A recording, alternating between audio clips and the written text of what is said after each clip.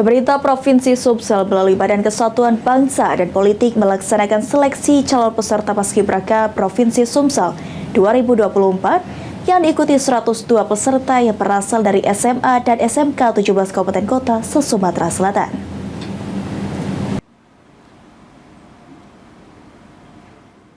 Pemerintah Provinsi Sumatera Selatan melalui Badan Kesatuan Bangsa dan Politik melaksanakan seleksi calon peserta Paskibraka Provinsi Sumatera Selatan 2024 di Hotel Swarnadwipa, Palembang. Kepala Bidang Ideologi Wawasan Kebangsaan dan Karakter Bangsa Badan Kesbangpol Sumsel Marwan Fansuri menjelaskan, seleksi diikuti sebanyak 102 peserta yang berasal dari SMA serta SMK 17 Kabupaten Kota se-Sumatera Selatan. Para peserta telah lolos seleksi tingkat kabupaten kota sesuai sekolah. Dari jumlah peserta ini akan diseleksi menjadi 50 orang untuk tingkat provinsi dan 2 orang tingkat nasional. Dalam seleksi ini melibatkan TNI, Polri, serta Dinas Kesehatan Sumsel dan Duta Purna Paskibraka Indonesia Sumsel.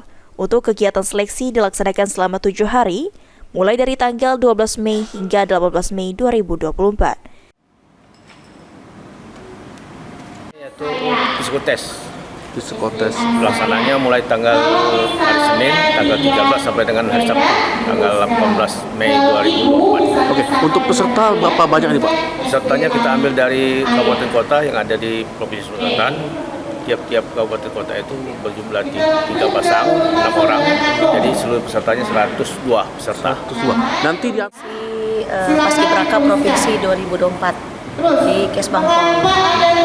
Untuk seleksinya ditarik tanggal 12 sampai tanggal 18 Mei 2024 dan mengikuti serangkaian beberapa tes.